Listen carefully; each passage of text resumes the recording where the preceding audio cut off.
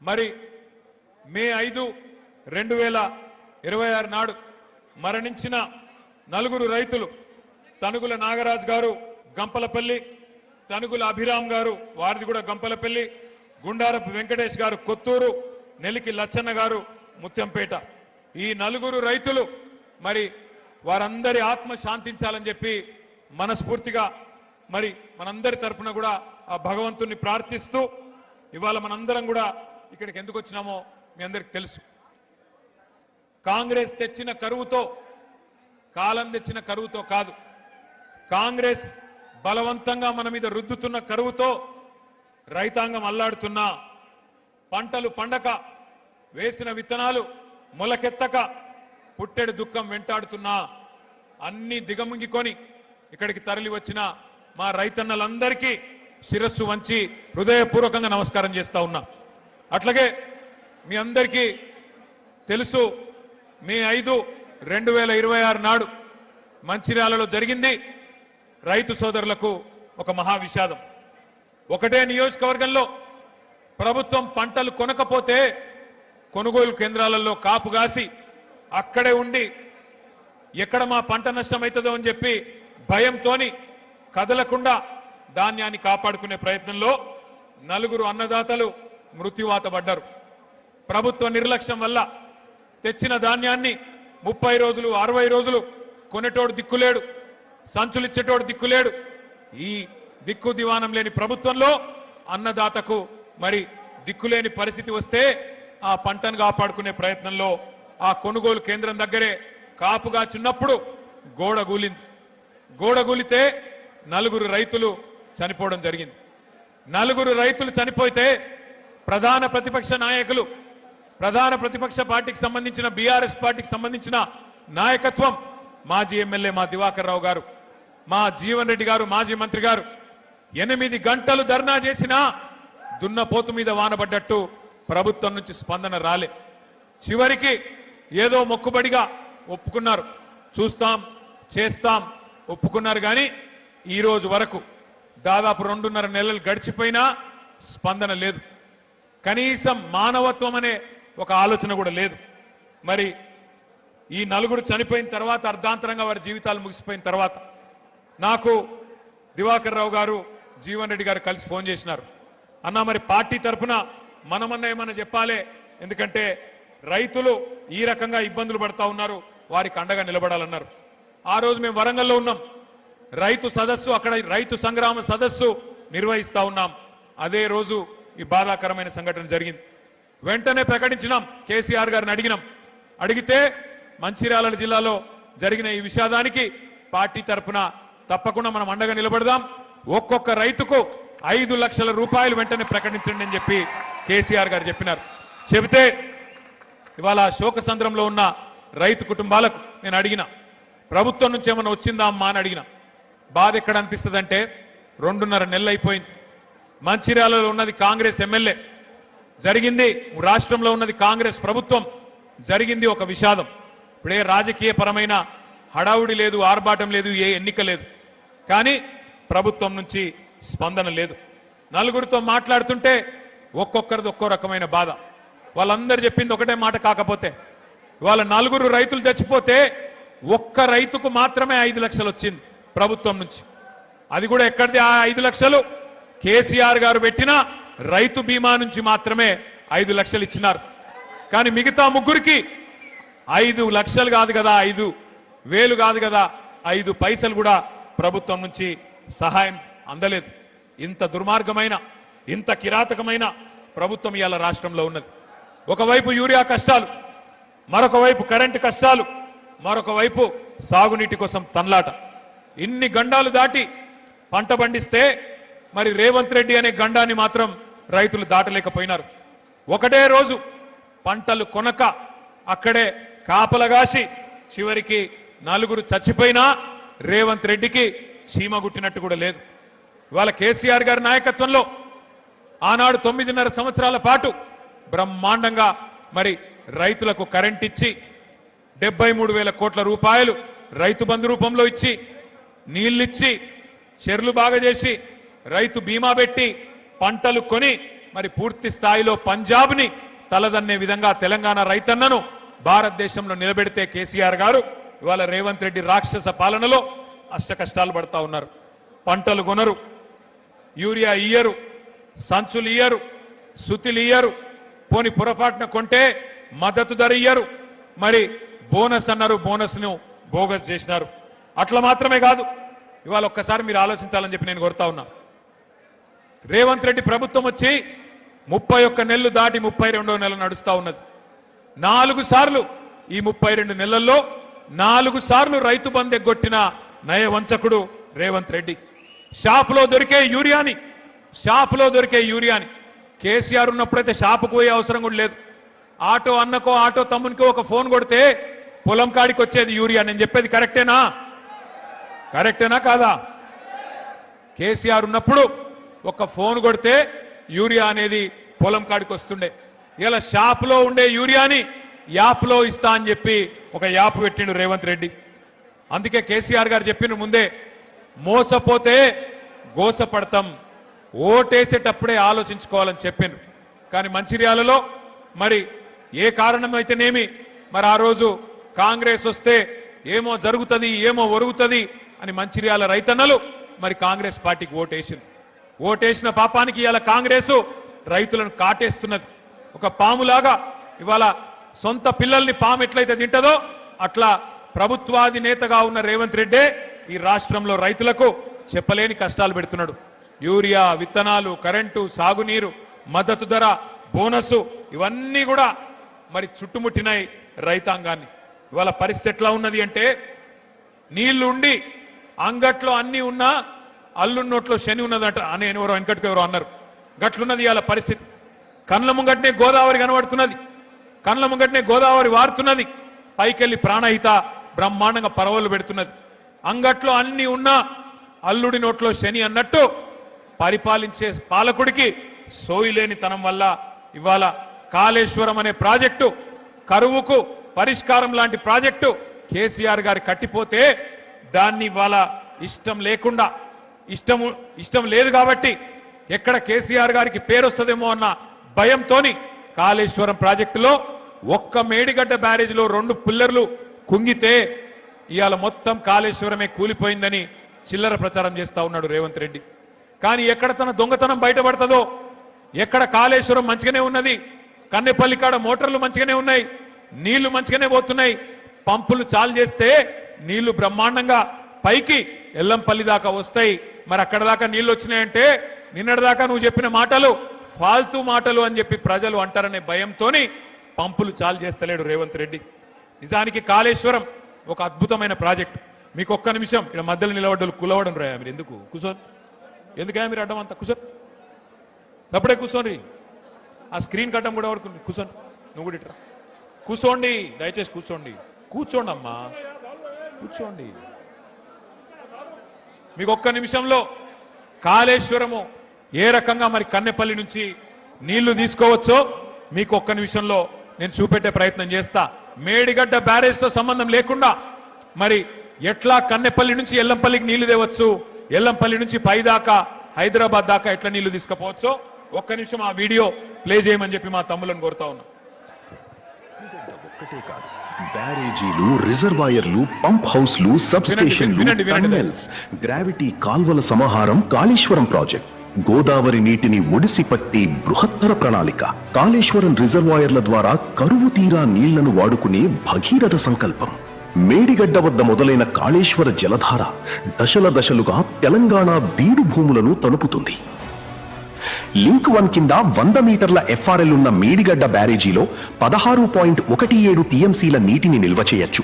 Kannepalli pump house దగ్గర గోదావరి నీటి మట్టం 93.5 మీటర్లు ఉన్నప్పుడు మేడిగడ్డ బ్యారేజ్ గేట్లను మూసివేయాల్సిన అవసరం లేకుండానే 17 మోటార్లతో నీటిని లిఫ్ట్ చేసి జయశంకర్ భూపాలపల్లి జిల్లాలోని అన్నారం బ్యారేజీకి పంపించేయవచ్చు.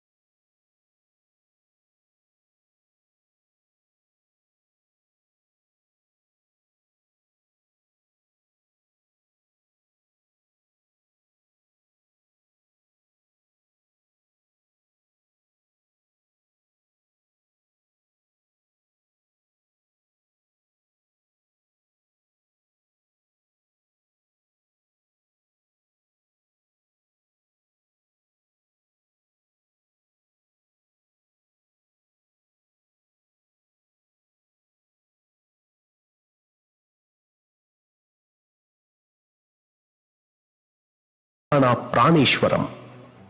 కాళేశ్వరం అంటే మేడి వాస్తవం ఏంది అంటే, దయచేసి కూర్చోండి, ఎవరు లేవకండి దయచేసి, ఇంకా వీడియోలు ఉన్నాయి, ఆగండి. వాస్తవం ఏంది అంటే, పైకెళ్ళి నీళ్ళు వస్తున్నాయి, కిందికి గోదావరి నుంచి కిందికి నీళ్లు పోతున్నాయి. ఒక్క నిమిషం మీ అందరికి తెలవాలి కాబట్టి చెప్తున్నా. తెలంగాణ భౌగోళికంగా ఎట్లుంటది అంటే, ఇట్లా ఒక గుడిసె తిరుగుంటది తెలంగాణ రాష్ట్రం. ఒక వరుసకెళ్ళి కిందికెళ్ళి 80 మీటర్ల మీదకెళ్ళి గోదావరి పోతుంది, 80, 90, 100 మీటర్ల మీదకెళ్ళి. ఇంకో వరుసకెళ్ళి ఇంకో దిక్కుకెళ్ళి కృష్ణా నది 120, 130 మీటర్ల మీదకెళ్ళి కృష్ణా నది పోతుంది. ఆడికెళ్ళి పైకి నీళ్లు తీసుకుపోవాలి, ఎందుకంటే భూములన్నీ పైనున్నాయి, నదులు కిందున్నాయి. అందుకోసమే కేసీఆర్ గారు కాళేశ్వరం అనే ప్రాజెక్టును డిజైన్ చేసిండు. మరి కాళేశ్వరం అనే ప్రాజెక్టు యొక్క గొప్పతనం ఏంది అంటే, ఇళ్ళకెళ్ళి నీళ్లు 3 రకాలుగా తీసుకోవచ్చు. ఇప్పుడు మీ ఎల్లంపల్లె ఉంది, ఇక్కడ ఎల్లంపల్లి నుంచి నీళ్లు పైకి తీసుకొని పోవాలంటే దీనిలో 3 మార్గాలు ఉన్నాయి. మొత్తం కాళేశ్వరం అంటే ఒక బ్యారేజీ కాదు, ఒక రిజర్వాయర్ కాదు. కాళేశ్వరం అంటే 3 బ్యారేజీలు, మేడిగడ్డ, అన్నారం, సుందిల్లా.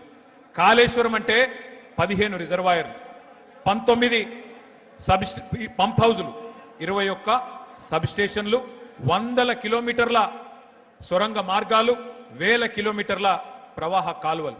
మొత్తం కాళేశ్వరం ప్రాజెక్టులో 100 భాగాలుంటే అందులో 1 భాగం మేడిగడ్డ బ్యారేజ్. ఆ మేడిగడ్డ బ్యారేజ్లో కూడా 85 పిల్లర్లుంటే 2 పిల్లర్లు కుంగిన మాట వాస్తవం. మరి ఇవాళ ఈ రాష్ట్ర ప్రభుత్వం చేస్తున్న దుర్మార్గమైన విషయం ఏంది అంటే, మేడిగడ్డ బ్యారేజ్కు కన్నెపల్లి పంప్ హౌస్కు 18.5 కిలోమీటర్ల అంతరం ఉన్నది.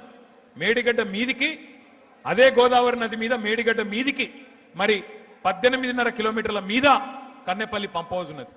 అక్కడ కన్నెపల్లి పంప్ హౌస్ కాడ మోటార్లు మంచిగానే ఉన్నాయి, 17 మోటార్లు. మరి ఆడికెళ్ళి 3 టీఎంసీల నీళ్లు రోజుకి ఎత్తిపోయొచ్చు. 3 టీఎంసీల నీళ్ళు అంటే, మీరు హైదరాబాద్కి వచ్చినప్పుడు ట్యాంక్ బండ్ చూసే ఉంటారు, హుసేన్ సాగర్లో పట్టేది 1 టీఎంసీ. అంటే రోజుకు 3 హుసేన్ సాగర్లలో పట్టేటన్ని నీళ్లు వీడికెళ్ళి గుంజతందుకు మోటార్లు, అద్భుతమైన బాహుబలి మోటార్లు కేసీఆర్ గారు పెట్టించింది. ఇలా నేనో మీరో చెప్తలేం, రిటైర్డ్ ఇంజనీర్లు చెప్తున్నారు, ఇప్పుడు సర్వీస్లో ఉన్న ఇంజనీర్లు చెప్తున్నారు. ఏమని చెప్తున్నారు? ఇవాళ కన్నెపల్లి కాడ 94.5 మీటర్ల మీదకెళ్ళి నీళ్లు పోతున్నాయి. అక్కడ 93.5 మీటర్ల దానికి నీళ్లు ఉంటే పంపులు చాలు చేయొచ్చు. మేడిగడ్డ బ్యారేజు అట్లాగే దాన్ని ముట్టకుండా, దాన్ని కనీసం ఏమనకుండా, అక్కడికి ఏం డేంజర్ లేకుండా మీరు నీళ్లు ఎత్తిపోయొచ్చు. ఒకటేసారి అన్నారం, సుందిల్లా, మేడిగడ్డ దగ్గర ఉన్న 3 పంప్ హౌజులు ఒకటేసారి సైమల్టేనియస్గా అంటే సమాంతరంగా సమన్వయంతో నడిపితే బ్రహ్మాండంగా ఎల్లంపల్లికి ఎన్ని నీళ్లు కావాలంటే అన్ని నీళ్లు, రోజుకు 3 టీఎంసీల చొప్పున ఎన్ని నీళ్లు కావాలంటే అన్ని నీళ్లు ఎత్తిపోయవచ్చు అని నేను చెప్తలేను, రిటైర్డ్ ఇంజనీర్ల బృందం, శ్యామ్ ప్రసాద్ రెడ్డి గారి బృందం చెప్తున్నది. ఇవాళ ఎల్లంపల్లిలో 7 టీఎంసీల నీళ్లు మాత్రమే ఉన్నాయి. నిన్న భగవంతుడు కరుణించి వాన పడ్డది, వాన పడాలనే మొక్కుదాం. కానీ కాళేశ్వరం యొక్క గొప్పతనం ఏంది అంటే, బాగా వర్షం పడ్డది అనుకోండి, పైన మహారాష్ట్రలో బాగా వర్షం పడ్డది, ఎక్కువ వర్షం వచ్చింది అనుకో, ఎస్ఆర్ఎస్పి మొత్తం నిండుతుంది, నిండి 2 దిక్కుల పొంగుతుంది.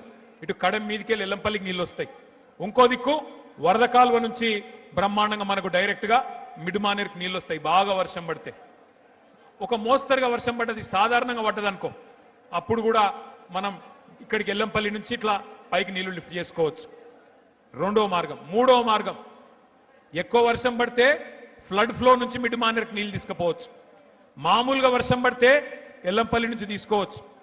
ఏ వర్షం లేకపోతే, ఇబ్బంది ఉంటే, కరువు ఉంటే, ఇయాల ఉన్న పరిస్థితి ఉంటే దానికి పరిష్కారమే కాళేశ్వరం దగ్గర, కన్నెపల్లి దగ్గర పంపులు చాలు చేసి నీళ్లు తీసుకున్నందుకే కేసీఆర్ గారు పెట్టిన ఈ ప్రాజెక్ట్. అంటే ఈ ప్రాజెక్ట్ యొక్క గొప్పతనం ఏంది అంటే గది. ఏ పరిస్థితుల్లో కూడా తెలంగాణకు కరువు రాకుండా 500 సంవత్సరాల గోదావరి ప్రవాహం మొత్తం స్టడీ చేసి, అధ్యయనం చేసి, ఎక్కడికి వెళ్ళి నీళ్లు పట్టుకోవచ్చని దేవులాడి అక్కడ కేసీఆర్ గారు ప్రాజెక్టు కట్టిండు. ఇవాళ 2 పిల్లర్లు కుంగిపోతే 32 నెలలైంది రేవంత్ రెడ్డి ప్రభుత్వం వచ్చి. మరి మొన్న నేను ఒక రైతును చూసిన మాట్లాడంగా ఎంత అద్భుతంగా మాట్లాడిండు ఆయన అంటే, అవునయ్యా కేసీఆర్ కట్టిండు, చిన్న సమస్య వచ్చింది, ఏం నీకు సుతారోలు లేరా, మేస్త్రీలు లేరా, సిమెంట్ బస్తాలు లేవా, ఏం చేస్తున్నావు, ఎందుకు రిపేర్ చేయవు, ఎందుకు రైతుకు నీళ్ళు ఇయ్యవు అని చెప్పి ఒక రైతు నిలదీసిండు. నిజంగా చెప్పాలంటే ముఖ్యమంత్రి మాట్లాడే ఫాల్తూ మాట 1,00,000 కోట్లు కొట్టుకుపోయినాయి అంటాడు. వాస్తవం ఏంది? 2 పిల్లర్లు కుంగినాయి. ఆ బ్లాక్ ఒక్కటి రిపేర్ చేస్తే కూడా మొత్తం మేడిగడ్డ బరాజ్కైన ఖర్చే 4,000 కోట్లు. ఆ బ్లాక్ 7 ఏదైతే రిపేర్ చేయాలనో అదొక్కటి రిపేర్ చేయాలంటే ఒక 400 కోట్లు కావాలి. ఆ 400 కోట్లు కూడా మన ప్రభుత్వ పైసలు అవసరం లేదు. ఎల్ఎన్టీ అనే కంపెనీ మేమే కడతాం, మేమే పెడతాం, మీ పైసనే వద్దు అని ఉత్తరం రాస్తే కూడా ఈ మూర్ఖపు ముఖ్యమంత్రి ఎక్కడ మళ్ళా నేను ఇన్ని రోజులు చేసిన ప్రచారం, రాహుల్ గాంధీని తీసుకొచ్చి చూపెట్టిన సినిమా నేను దొంగనని మళ్ళా దొరికిపోతా అని చెప్పి ఆ ఎల్ఎన్టీ కంపెనీని కూడా బెదిరించి ఎలగొట్టిండు తప్ప 32 నెలలే దాన్ని ముడతలేడు. ఇవాళ ఎందుకు వచ్చింది? కాంగ్రెస్ తెచ్చిన కరువు అని నేను ఎందుకంటున్నా? గోదావరిలో నీళ్లుండి ఎల్లంపల్లికి నీళ్లు దాసుకురాలని నీళ్లు ఎత్తిపోయలేని అసమర్థ ప్రభుత్వం, కావాలని నీళ్లు ఎత్తకుండా ఇలా రైతులను సతాయిస్తున్న మూర్ఖపు ప్రభుత్వం ఉన్నది కాబట్టే ఇది కాలం తెచ్చిన కరువు కాదు, కాంగ్రెస్ తెచ్చిన కరువు అని చెప్పి నేను అంటా ఉన్నా. అర్థం చేసుకోమని చెప్పి నేను కోరుతా ఉన్నా. నీళ్లు లేవంటాడు మొదలు. కన్నెపల్లి దగ్గర నీళ్ళు ఎక్కడున్నాయి అంటే మేము అందరం పోయినాం. నేను, ప్రశాంత్ రెడ్డి గారు, జీవన్ రెడ్డి గారు, మా ఈశ్వరన్న, మొత్తం అందరం ఎమ్మెల్యేలు, కోవ లక్ష్మక్క అందరం కలిసి, మా జోగు రామన్న అందరం కలిసి పోయినాం. పోయి చూపెట్టినాం. నీళ్లు లేవా, ఇక్కడ కనబడతలేవా? రోజుకు 9 టీఎంసీల నీళ్లు కిందికి పోతా ఉన్నాయి. రోజుకు 3 ఎత్తిపోయొచ్చు పైకి. ఎందుకు ఎత్తుతలేవు? కింద మీ గురువు గారు చంద్రబాబు ఎత్తుతుండు కదా, నీకేం పుట్టింది రోగం అంటే లేదు, ఉలుకు లేదు. ఒక రోజేమో నీళ్లు లేవు అంటాడు, రెండో రోజేమో ఇంకో కథ పెట్టిండు. వాడెవడో చెప్పిండు ఎన్డీఎస్ఏ అని చెప్పిండు, వాడు చెప్పిండు నేను ఎత్తిపోయా అంటాడు. నేను అది కూడా అడిగిన. ఇప్పుడు ఎన్డీఎస్ఏ ఎక్కడన్నా చెప్పిందా కన్నెపల్లి కాడ నీళ్లు తీసుకోవద్దని చెప్పిందా? పైన అన్నారం మంచిగానే ఉంది, సుందిల్ల మంచిగానే ఉంది. నీ ప్రభుత్వం వచ్చినాకనే అక్కడ గ్రౌటింగ్ వర్క్ కూడా చేసిండ్రు. 2 బ్యారేజీలు మంచిగానే ఉన్నాయని ఇంజనీర్లు చెప్తున్నారు. ఏం రోగమయ్యా నీకు? కిందికి గలగలా గోదావరి ఏపీకి తరలిపోతున్నది, అక్కడ పట్టిసీమ లిఫ్ట్ నడుస్తూనే ఉన్నది, నీకేం రోగమయ్యా రేవంత్ రెడ్డి అంటే మళ్ళా ఇంకేదో పిచ్చి మాటలు మాట్లాడతాడు. మీరు చూస్తున్నారు ఏం మాట్లాడుతుండో. ఎట్లనయ్యా ముఖ్యమంత్రి గారు, మరి నీళ్ల సంగతి ఏంది? కరువు వచ్చింది కదా అంటే రక్తం రక్తం రక్తం జల్లుండ్రి బీఆర్ఎస్ వాళ్ళది, చల్లితే పంటలు వండుతాయి అని మాట్లాడిండు. మా ప్రశాంత్ రెడ్డి అన్నకు తిక్క ఉట్టింది. నిజంగా రక్తం జల్లమంటావా నా కొడక అని చెప్పి, ఇగో తీసుకోరా పోయి రక్తం అని చెప్పి రక్తం కూడా ఇచ్చిండు.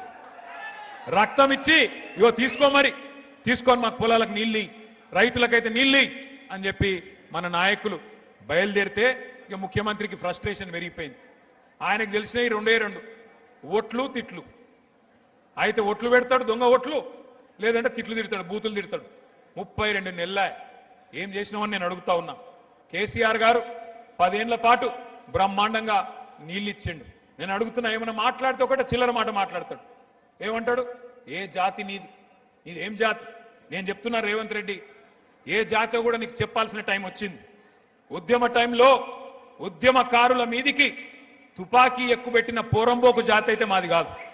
ఉద్యమకారుల మీదికి తుపాకీ తీసుకొని వచ్చిన పోరంబోకు జాతి అయితే మాది కాదు. వలస పాలకుల సంక నాకుతూ సమైక్యవాదుల సంచులు మోసిన దగుల్బాజీ జాతి మాది కాదు. తెలంగాణ తొలి ప్రభుత్వాన్ని 50 లక్షల రూపాయలతో ఒక ఎమ్మెల్యేను కొనుగోలు చేసి దొరికిపోయిన లుచ్చా జాతి అయితే మాది కాదు. తెలంగాణ సాగునీటి ప్రాజెక్టుల మీద 100ల కొద్ది కేసులు వేసి ఆపాలను చూసిన దివానగాళ్ల బ్యాచ్ అయితే మాది కాదు.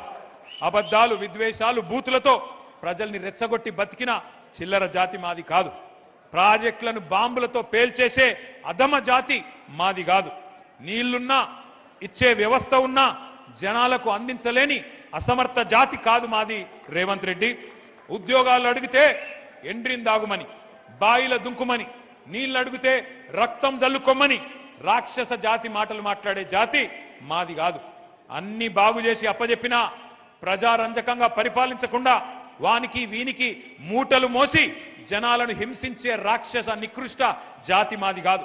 తెలంగాణలో ఉన్నాయి 2 జాతులు. ఒకటి తెలంగాణను ప్రేమించే జాతి, రెండోది రాష్ట్రానికి ద్రోహం చేసే జాతి. ఎవడిది ఏ జాతో తెలంగాణ ప్రజలకు బాగా తెలుసు. ఎవరు తెలంగాణ తెచ్చిండ్రో, ఎవరు తెలంగాణను ఇవాళ వంచిస్తున్నాడో, ఎవడు తెలంగాణకు అన్యాయం చేస్తున్నాడో అందరికీ తెలుసు. నేను ఒక్క మాట దయచేసి మీరు ఆలోచించాలని చెప్పి నేను కోరుతా ఉన్నా. ఈయనకు బుద్ధి వస్తలేదు రేవంత్ రెడ్డికి. ఇవాళ రైతులు చచ్చిపోయినా మంచిర్యాల జిల్లాలో సోయి లేదు. రైతులు రోడ్లెక్కి ధర్నా చేసినా పంటలు కొనుమని బుద్ధి లేదు, ఆయనకు తెలివి రాదు. అట్లాగే ఇవాళ చివరికి సూర్యాపేట జిల్లాలో గిరిజన రైతులు రక్తం జల్లిండ్రు పోయి. రేవంత్ రెడ్డి చెప్తుండు కదా, పంట పొలాల మీద రక్తం జల్లుమంటుండు కదా, మేము రక్తం జల్లుతామని రక్తం జల్లితే కూడా ఈ ముఖ్యమంత్రి మనసు కరుగుతలేదు. అట్లాంటి పరిస్థితి ఇవాళ రాష్ట్రంలో ఉన్నది. 4 సార్లు రైతు బంధు ఎగ్గొట్టిండి, ఇప్పటికి 4 సార్లు. ఒక్కసారి దయచేసి నేను మీకు గుర్తు చేయదలుచుకున్నా. ఆ రోజు ఏం చెప్పిండు రాహుల్ గాంధీ అంటే, ఆయన వచ్చిండు వరంగల్కు, వచ్చి ఏం డైలాగులు కొట్టిండు, మా కాంగ్రెస్ గుద్దుండ్రి మంచిర్యాలలో మీకు ఇది చేస్తాం అది చేస్తాం అని రైతులకు ఏమేం కళ్ళబొల్లి కబుర్లు చెప్పిండో ఒక్కసారి మీరు చూడాలని చెప్పి కొడతా ఉన్నా, ఆ వీడియో ప్లే చేయాలని చెప్పి మనోళ్ళని కొడతా ఉన్నా.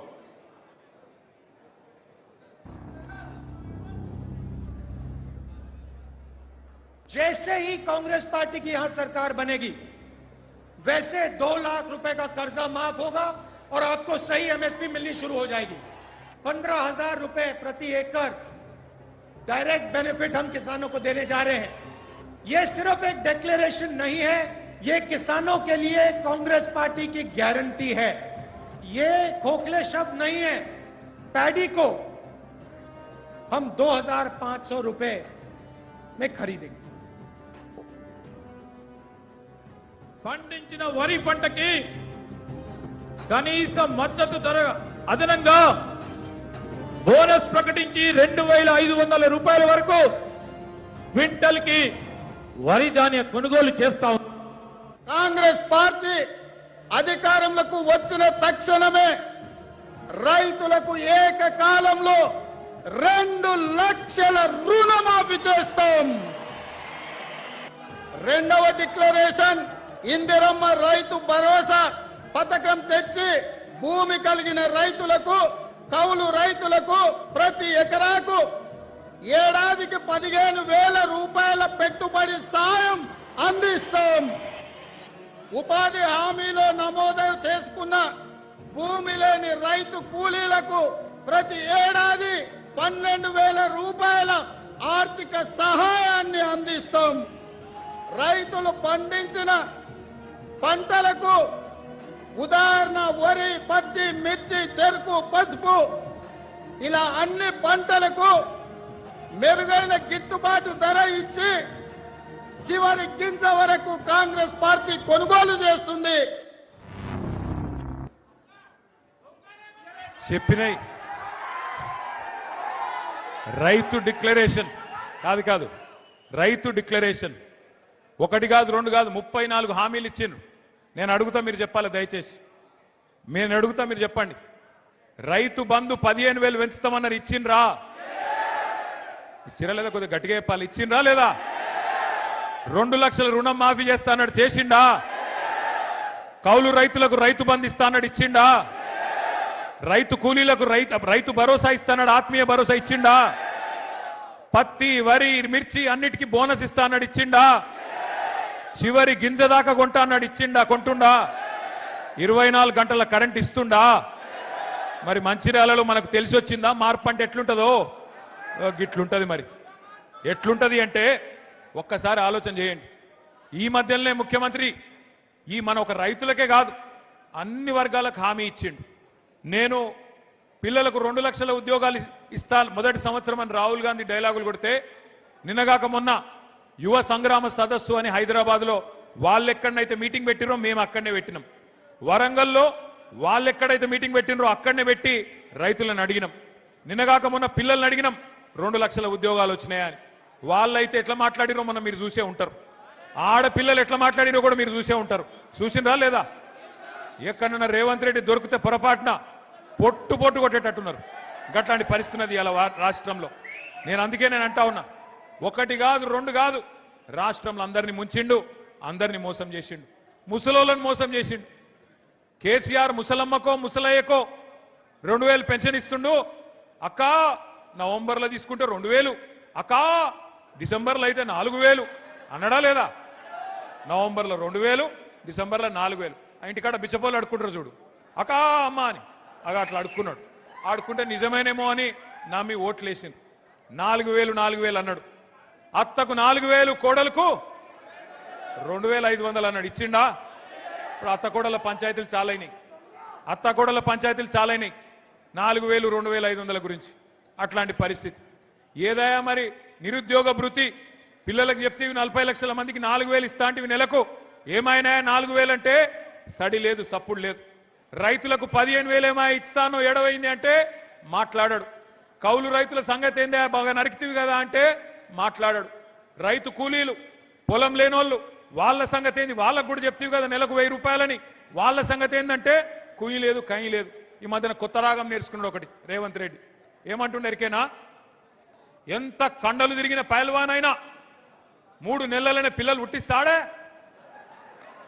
3 నెలల పిల్లలు పుట్టరు అనేది మనకు ముఖ్యమంత్రి గారు చెప్పారన్నట సరే మాకు తెలియకపాయే మాకు పెళ్లిళ్ళు కాలేదు మాకు పిల్లలు లేరు మాకు తెలియదా సరే రేవంత్ రెడ్డి నువ్వు చెప్పింది కరెక్టే అనుకుందాం 3 నెలల పిల్లలు పుట్టరు కరెక్టే మరి 32 నెలల పిల్లలు పుట్టకపోతే నిన్నేమని పిలవాలే ఏమనాలి నిన్ను శాతగానుడు అనాలనా ఏమనాలి నేనేమనలేదురా భయ్ మీరే అంటారు నేను ఒక్కటే అంటున్నా ఈ బట్టెవాజ్ ముఖ్యమంత్రి ఈ దగాకోర్ కాంగ్రెస్ వీళ్ళను ఉరికిచ్చి కొడితే తప్ప మంచిర్యాలలో రేపు మనకు మళ్ళీ రైతు ప్రభుత్వం రాదు గుర్తుపెట్టుకోండి తెలంగాణలో మళ్ళీ రైతు ముఖంలో చిరునవ్వు చూడాలి అంటే తెలంగాణలో మళ్ళీ రైతన్న కళ్ళల్లో ఆనందం చూడాలి అంటే తెలంగాణలో ఏ రైతు చనిపోయినా ఏ రైతు మరి కుటుంబానికి ఏమైనా ఒక పెద్దన్నలాగా కేసీఆర్ గారు మళ్ళీ తిరిగి వస్తే తప్ప ఈ రాష్ట్రంలో మళ్ళీ మంచి రోజులు రావు అందుకే దయచేసి నేను చెప్పేది మీ అందరితో ఒకటే 30 నెలలు గోసపడ్డాం 31 నెలలు గోసపడ్డాం ఇంకా మిగిలింది 29 నెలలు మాత్రమే 29 నెలలు మాత్రమే ఈ సినిమా అయిపోయింది ఇంటర్వెల్ దాకా చూసేసినాం ఇంటర్వెల్ వరకు తెలిసిపోయింది సినిమాలో ఏమీ లేదు తిట్లు తప్ప బూతులు తప్ప ఏమీ లేదు వీళ్ళతో అయ్యేదేం లేదు సెకండ్ హాఫ్లో కూడా ఇంటర్వెల్ అయిపోయినాక సెకండ్ హాఫ్ ఉంటుంది కదా అందులో కూడా వీళ్ళతో ఏమి కాదు ఊదు గాలది పీరి లేవది ఎందుకంటే వీళ్ళతో ఏమి కాదు వీళ్ళకి చేత కాదు గివే తిట్లు లేదంటే ఒక 4 కేసులు పెడతారు మీ ఎమ్మెల్యే కేసులు పెట్టుడు తెలుసు రేవంత్ రెడ్డి కూడా గదే తెలుసు కేసులు పెట్టాలి పోలీసులను అడ్డం పెట్టుకోవాలి ఎన్ని రోజులు బతుకుతావు అట్లా అందుకే నేను అంటున్నా ఇన్ని రోజులు కష్టపడ్డా మా తమ్ముళ్లకు చెల్లెళ్లకు నేను ఒక్కటే మాటిస్తున్నా మంచిర్యాలలో మిమ్మల్ని ఎవడెవడైతే సతాయిస్తుండో పేర్లు రాసి పెట్టుకోండి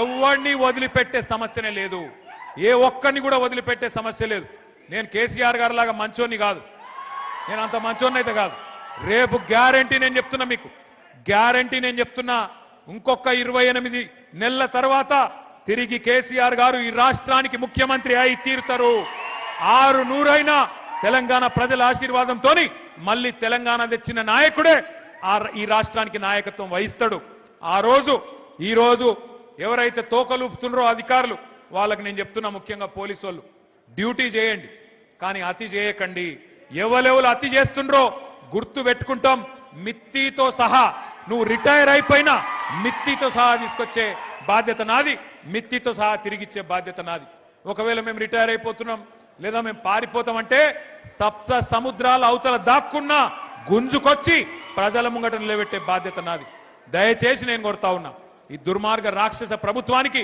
అండగా నిలబడకండి కరెక్ట్ కాదు ఇవాళ ఉండే ఎమ్మెల్యే ఇవాళ ఉంటాడు రేపు పోతాడు కానీ ప్రజలు ఇక్కడనే ఉంటారు రైతులు ఇక్కడనే ఉంటారు మా తమ్ముళ్ళు ఇక్కడనే ఉంటారు పోరాటం ఒడిచిపోదు ఢిల్లీలో చూస్తున్నారు మీరు ఎవరు పిలిచిండ్రా పిల్లల్ని ఢిల్లీలో వేల మంది పిల్లలు నిన్న పార్లమెంట్ ముందు ఏ రకంగా ప్రభుత్వాన్ని గడగడ వణికించిండ్రో మీరే చూస్తా ఉన్నారు తెలంగాణను తిరిగి రెచ్చగొడితే ఉద్యమ సమయంలో ఎట్లయితే ఉడికిపోయిందో ఈ కాంగ్రెస్ ను బీజేపీని తరిమి కొట్టేదాకా మళ్ళీ కేసీఆర్ గారి నాయకత్వంలో ఉడుకు నెత్తురుతో ఉన్న మా తమ్ముళ్ళు రక్తం సలసల మరుగుతున్న మా రైతులు తిరగబడితే ఒక్క నాయకుడు ఒక్క ఎమ్మెల్యే ఒక్క ఎమ్మెల్సీ కూడా మీరు ఊళ్ళల్లో తిరగలేరనే మాట కూడా నేను హెచ్చరిస్తూ ఇకనైనా మంచిర్యాల ఎమ్మెల్యే గారు కూడా తన వరుస మార్చుకోవాలి పద్ధతి మార్చుకోవాలి ప్రజలకిచ్చిన హామీలు నిలబెట్టు 6 గ్యారెంటీల గురించి మాట్లాడు 420 హామీల గురించి చెప్పు ఎస్సీలు ఎస్టీలు బీసీలు అడుగుతున్నారు నిన్ను